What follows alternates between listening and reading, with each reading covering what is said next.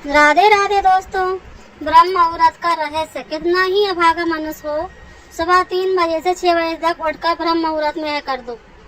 चाहे कितना ही अभागा मनुष्य हो, सुबह 3 बजे से 6 बजे उठकर ब्रह्म मुहूर्त में कर दो यह 2 काम। जो चाहोगे वह मिलेगा। एक समय की बात है, माता पार्वती ने भगवान शिव से पूछा, स्वामी मैंने देखा कि चाहे कितना ही अभागा मनुष्य हो, अगर वह सुबह के समय ब्रह्म मुहूर्त में उठता है तो वह बहुत ही सुखी रहता है। ऐसा क्यों? मुझे ब्रह्म मुहूर्त का रहस्य बताइए। तब भगवान शिव ने कहा, हे देवी, मैं आपको इस प्रश्न का उत्तर एक कथा के माध्यम से बताऊंगा। कृपया आप इस कथा को ध्यान पूर्वक सुनना, और जो भी मनुष्य इस कथा को पूरा सुनेगा वह भी इस अवसर को अपने हाथ से जाने नहीं देगा। ब्रह्म मुहूर्त का रहस्य जानकर पूरा जीवन बदल जाएगा।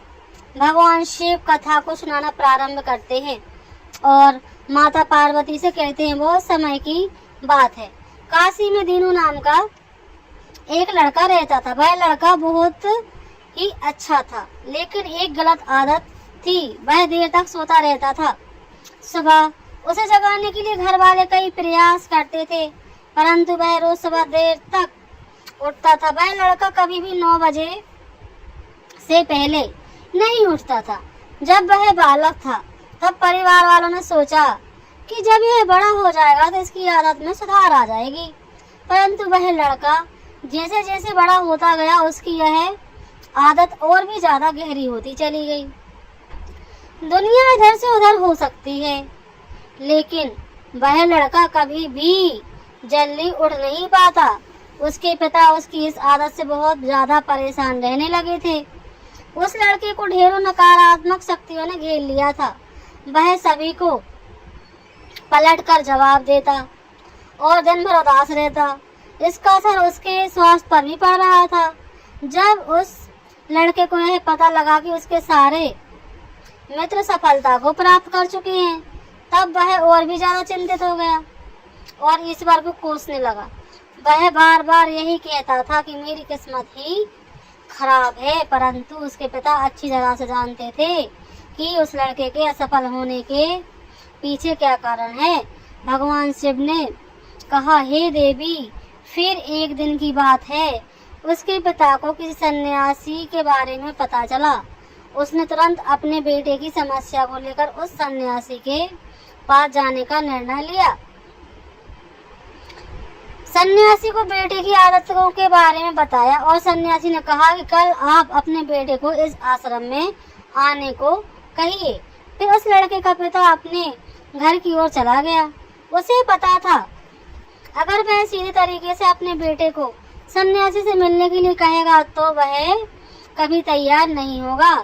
उसने अपने बेटे को अपने पास बुलाया और कहा, तुम्हारे सारे मित्र जीवन में सफलता प्राप्त कर चुके हैं, क्या तुम सफल नहीं होना चाहते? लड़के ने उत्तर दिया, जरूर पिताजी, परंतु जब भी मैं अपने मित्रों से उनकी सफलता का रहस्य पूछता हूँ तो वह मुझे नहीं बताते हैं। भगवान शिव ने कहा, हे देवी, फिर उसके बाद पिता ने कहा कि मुझे यह रहस्य पता चल गया है कि वे सभी क्यों सफल होते जा रहे हैं। तब उस लड़के ने बड़ी उत्सुकता से पूछा, क्या पता चल गया है पिताजी? कृपया करके आप मुझे बताइए। उसके पिता ने कहा, कल सुबह तुम एक सन्यासी के आश्रम में जाकर उनसे मिलना। यदि तुम वहां पर समय से पहुंच गए तो वह सन्यासी तुम्हें ऐसा मंत्र बताएंगे कि जिससे तुम सफल हो जाओगे, परंतु एक समस्या है। लड़के ने कहा, पिताजी, मैं कल पूरी रात जागता रहूंगा और सुबह सन्यासी से मिलकर आऊंगा। उसके पिता ने कहा, ठीक है, तुम वहां जाकर उस सन्यासी की आज्ञा को मानना। पिता की बातें सुनकर वह लड़का बहुत खुश हो गया। जीवन में पहली बार रात्रि में वह जागता रहा, परंतु थोड़े ही समय में उसे नींद आ गई और वह सो गया। परंतु अगली सुबह जब उठा तो उसे पता चला कि सन्यासी से मिलने का समय समाप्त हो चुका है। उसके पिता ने लड़के की तरफ देखा और कहा, तुम जीवन में कभी सफल नहीं हो पाओगे, जाओ और जाकर सो जाओ। पिता की यह बात सुनकर उस लड़के को बहुत दुख हुआ। उसने मन ही मन स्वयं को चुनौती दे दी कि सबक वह सन्यासी से मिलने अवश्य जाएगा। अपने पैर पे एक छोटा सा घाव बना लिया, जिसके दर्द के कारण उसे रात भर नींद नहीं आई। भगवान शिव ने कहा, हे देवी, यह ऐसा पहला अवसर था जब उसने अपने जीवन में पहली बार सूर्योदय देखा था। वह तुरंत ही तैयार होकर सन्यासी से मिलने के लिए चला गया। आज उसका अनुभव कुछ अलग ही था। वह बेहद शांत महसूस कर रहा था। चलते चलते वह लड़का जैसे ही सन्यासी के आश्रम में पहुंचा तो वहां पर उसने देखा कि सन्यासी और उसके सभी शिष्य ध्यान लगाकर बैठे हुए थे। भगवान शिव ने कहा, हे देवी, फिर जब ध्यान का समय समाप्त हुआ तब लड़का उस सन्यासी के पास पहुंचा और उसने प्रणाम करते हुए बोला, आपके पास कोई ऐसा मंत्र है जिससे मैं सफल हो सकता हूँ? कृपया करके मुझे वह मंत्र बताइए। मैं भी अपने मित्रों के समान सफल होना चाहता हूँ और अच्छा जीवन जीना चाहता हूँ। भगवान शिव ने कहा, हे देवी। फिर सन्यासी मुस्कुराते हुए बोला, अच्छा, तो तुम वही बालक हो। तुम्हारे पिताजी मुझसे मिलने आए थे और उन्होंने तुम्हारे विषय में मुझे सब कुछ बता दिया है। मैं तुम्हें वह मंत्र अवश्य बता दूंगा। परंतु अब लड़के ने जैसे ही परंतु शब्द सुना तो लड़का घबरा गया। उसने पूछा, परंतु क्या गुरुदेव? तब सन्यासी बाबा बोले, मैं तुम्हें वह मंत्र बताऊंगा, परंतु अगले 21 दिन तक तुम्हें मेरी आज्ञा का पालन करना होगा। मैं तुम्हें वह मंत्र 21 दिनों के बाद बताऊंगा। तब तक मैं तुम्हें जो भी कार्य कहूंगा वह तुम करना होगा। यदि तुम असफल हुए या कार्य के बीच में तुम्हारा संकल्प टूट गया तो उस मंत्र का असर नहीं होगा। दृढ़ निश्चय के साथ उस लड़के ने कहा, मुझे आपकी सारी आज्ञा स्वीकार है। मैं अगले 21 दिनों के लिए आपका दास हूँ। आप जो भी कहोगे मैं वही कार्य करूँगा। मुझे केवल और केवल उस मंत्र के बारे में जानना है। भगवान शिव ने कहा, हे देवी। फिर सन्यासी ने उस लड़के से कहा, ठीक है, कल से तुम्हारा कार्य शुरू होगा। तुम इसी आश्रम में निवास करोगे। वह लड़का आश्रम में निवास करने के लिए तैयार हो गया। सन्यासी बाबा ने कहा, यहाँ रहते हुए तुम्हें ब्रह्म मुहूर्त में उठना होगा और दूसरे शिष्यों की तरह ध्यान और तप करना होगा। साथ ही आश्रम के कार्य में भी सहायता करनी होगी। ध्यान रहे, यह संकल्प टूटना नहीं चाहिए। भगवान शिव ने कहा, हे देवी। अब लड़का सन्यासी की बात से सहमत हो गया और अगले दिन से उसके कार्य के दिन की शुरुआत हुई। इस बार उसने दृढ़ निश्चय किया, परंतु 1 सप्ताह बीतने के पश्चात ही उसका संकल्प टूट गया और वह 8वें दिन देर तक सोता रहा। जब वह नींद से जागा तो उसने देखा, मुझसे कितनी बड़ी भूल हो गई है। वह रोते हुए सन्यासी बाबा के पास पहुंचा और कहने लगा, हे गुरुदेव, मेरा संकल्प टूट गया है। अब मैं जीवन में कभी सफल नहीं हो पाऊंगा। सन्यासी ने उसे समझाते हुए कहा, एक बार फिर से शुरुआत करो, फिर से संकल्प करो। फिर लड़के ने सन्यासी से पूछा, सुबह उठना इतना आवश्यक क्यों होता है और यहाँ पर सभी लोग इतनी जल्दी क्यों उठ जाते हैं? भगवान शिव ने कहा, हे देवी। जब सन्यासी ने लड़के को समझाते हुए कहा, सुबह यानी ब्रह्म मुहूर्त में उठने के लिए पीछे बहुत बड़ा विज्ञान छुपा हुआ है। लड़के ने कहा, कृपया करके मुझे वह विज्ञान बताने की कृपा करें। सन्यासी ने कहा, रात्रि को 4 पहर में बांटा गया है। पहला रुद्रकाल, जिसका समय 6 बजे से रात के 9 बजे तक होता है। दूसरा राक्षस काल, जिसका समय 9 बजे से रात के 12 बजे तक होता है। तीसरा गंधर्व काल, जिसका समय रात्रि 12 बजे से 3 बजे तक होता है। और अंत में जो पहर आता है उसे मनोहर काल कहते हैं। इस समय को ब्रह्म मुहूर्त या अमृत की बेला के नाम से भी जाना जाता है। इसका समय भोर 3 बजे से सुबह 6 बजे तक होता है। वह समय होता है जब पूरे संसार की नकारात्मक शक्तियाँ निष्क्रिय अवस्था में होती हैं और सकारात्मक शक्तियाँ सक्रिय होती हैं। ब्रह्म मुहूर्त अर्थात देव मुहूर्त। ब्रह्म मुहूर्त का अर्थ देवताओं का समय होता है। भगवान शिव ने कहा, हे देवी। यह सन्यासी आगे कहता है, इस समय देवता धरती पर विचरण कर रहे होते हैं और जागृति मनुष्य पर उनका बड़ा ही सकारात्मक प्रभाव पड़ता है। ब्रह्म मुहूर्त ऐसा समय होता है जिसमें मनुष्य का मस्तिष्क बिल्कुल खाली होता है, जिसमें किसी प्रकार के कोई विचार नहीं होते, और जब इस वक्त से व्यक्ति अपनी पुस्तक खोलकर पाठ का अध्ययन करता है तो उसे सब कुछ जल्दी जल्दी याद भी होता है और यह लंबे समय तक याद रहता है। यह ऐसा समय है जिसमें हम ज्ञान को समझने का प्रयास करते हैं। इस कारण आश्रम के सभी शिष्य और संसार में बहुत से ज्ञानी लोग ब्रह्म मुहूर्त में उठ जाते हैं। प्राचीन काल में रोशनी का कोई स्रोत नहीं होता था,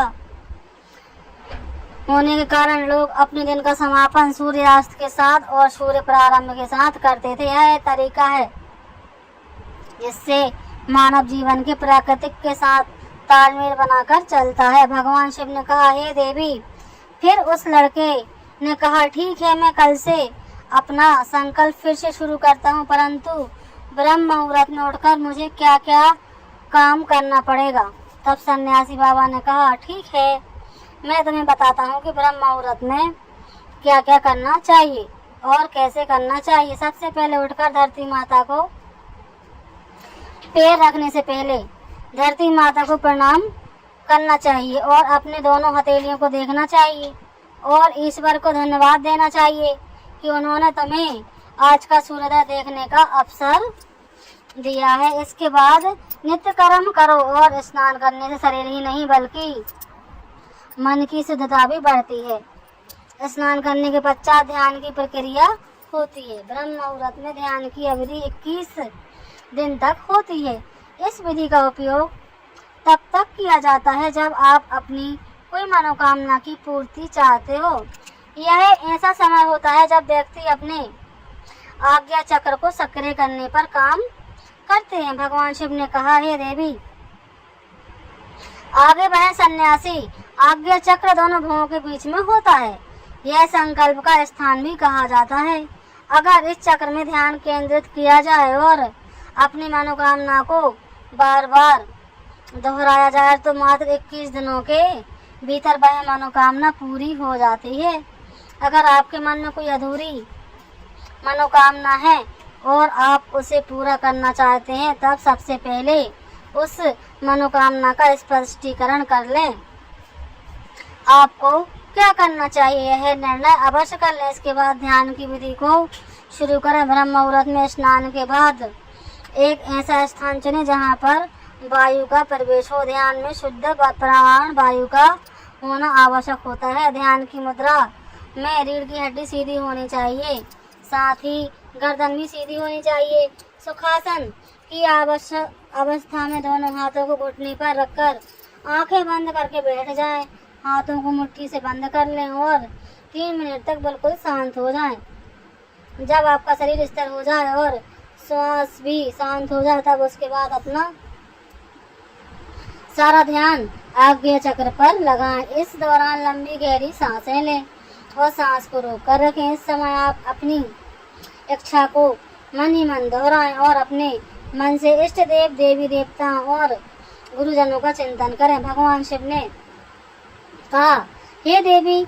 उस सन्यासी ने कहा कि जब सांस को रोकना कठिन हो जाए तब धीरे धीरे सांस को बाहर छोड़ो। सांस को नाक से भरें और मुख से बाहर छोड़ें। इस प्रक्रिया को 3 से 4 बार प्रतिदिन दोहराएं। ऐसा प्रतिदिन करने से आपकी जो मनोकामना है वह अब चेतन मन तक पहुंच जाएगी और इच्छा पूर्ति जल्दी ही हो जाएगी। आज्ञा चक्र सक्रिय होता है और हमारी आज्ञा को पूरा करता है। सांस को रोककर रखने के दौरान शरीर में आपातकाल की स्थिति में हो जाती है, जिससे कि आप बेकार की बातें सोचने और विचार करने के बचते हैं। ब्रह्म मुहूर्त के समय ईश्वर की विशेष कृपा होती है और कोई भी व्यक्ति अपनी मनोकामना को इस समय दोहराता है तो उसकी इच्छा जल्द से जल्द पूरी होती है। भगवान शिव ने कहा कि हे देवी, इस प्रकार सन्यासी ने उस लड़के को ब्रह्म मुहूर्त का महत्व बताया। अगले दिन 21 दिन तक उस लड़के ने बड़े ही मन के साथ इस प्रक्रिया को अपनाया। अब वह बहुत ही ज्यादा अनुशासित और शांत स्वभाव का बन चुका है। उस लड़के ने जैसे ही अपना संकल्प पूरा किया, उसके बाद वह लड़का बड़े ही प्रसन्न भाव से सन्यासी के पास पहुंचा और कहने लगा, हे गुरुदेव, मैंने 21 दिनों का संकल्प पूरा कर लिया है, आप कृपया करके मुझे सफल होने का मंत्र बताइए। तब उस सन्यासी ने मुस्कुराते हुए कहा कि पिछले 21 दिन से जो भी अभ्यास तुम करते आए हो वह तुम्हारी सफलता का मंत्र है। व्यक्ति ब्रह्म मुहूर्त में उठकर ध्यान प्रक्रिया को सही से करते हैं, वह जीवन में कभी असफल नहीं हो सकते। तुम्हें ब्रह्म मुहूर्त का रहस्य पता चल चुका है, अब तुम इस जीवन में पर्याप्त करो, तुम्हें जीवन के लक्ष्य और सफलता दोनों प्राप्त होंगे। उस लड़के ने सन्यासी को धन्यवाद दिया। ब्रह्म मुहूर्त के नियमों का पालन जीवन पर्यंत तक करने का वादा भी किया। भगवान शिव ने कहा, हे देवी, अब तो आपको पता चल गया होगा कि ब्रह्म मुहूर्त में क्या करना चाहिए। तब माता पार्वती ने कहा, हे स्वामी, अब मुझे ब्रह्म मुहूर्त का संपूर्ण ज्ञान हो गया है।